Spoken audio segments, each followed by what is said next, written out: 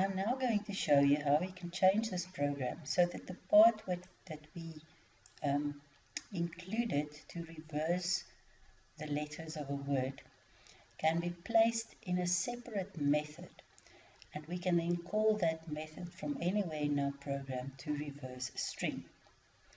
So the self-defined method will be on the same level in your form as the event handlers.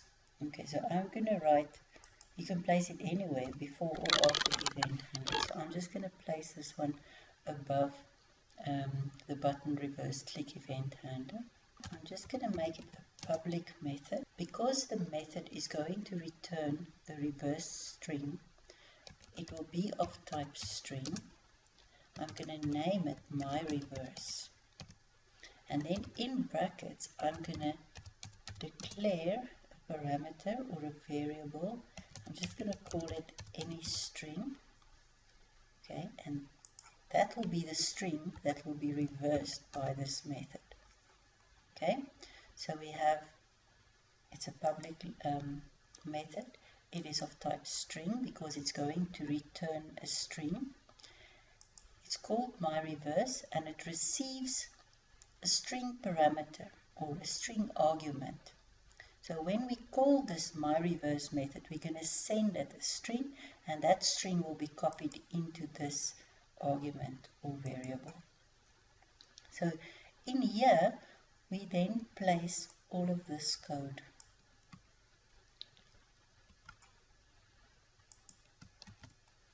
Okay, but we just need to declare reverse string in here, and we can remove it from there. We can also remove the declaration of J there and declare it in there. Now everywhere we have word here, we're going to replace it with any string.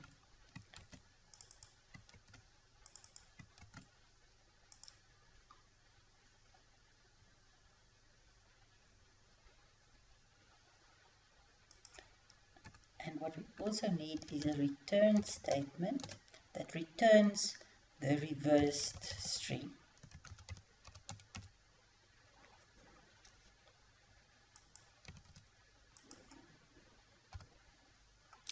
Reversed word, sorry.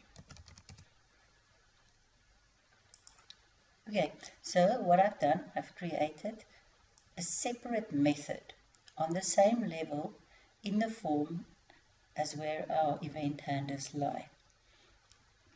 It receives a string, and then it will take that string and reverse the characters in that string, and it will return the reversed string. So how do we now use this method? So we can call it from any other event handler in this form. So here, instead of using a for loop, I'm going to say call method to reverse the word. And then I'm going to say, okay, I actually do need a variable. I'm just going to call it new word.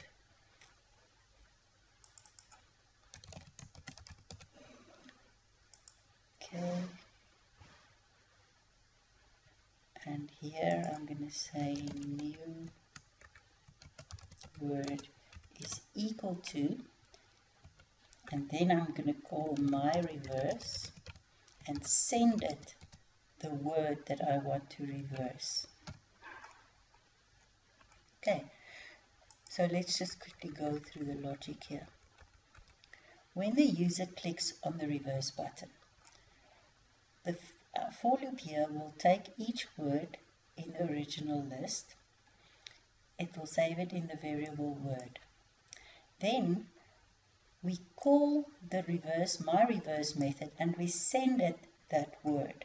So when the program gets to this point, control is given over to the method. So it then jumps to here.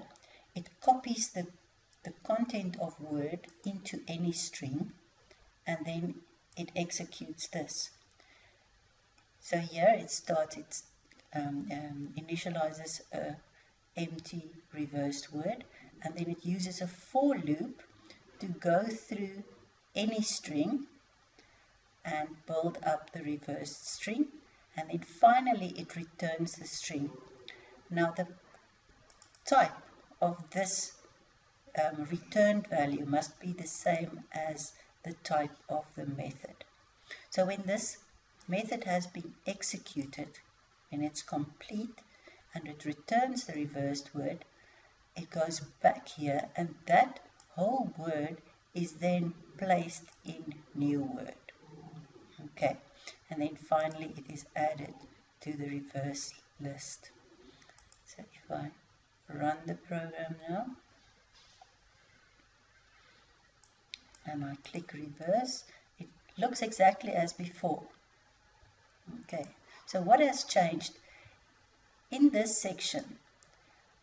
For every word previously, we did the reversing just here using a for loop. Now, instead of doing it here, we just go over to another part of the program, a method, where that reversing will be done for us, and the reverse string is then sent back and assigned to the variable.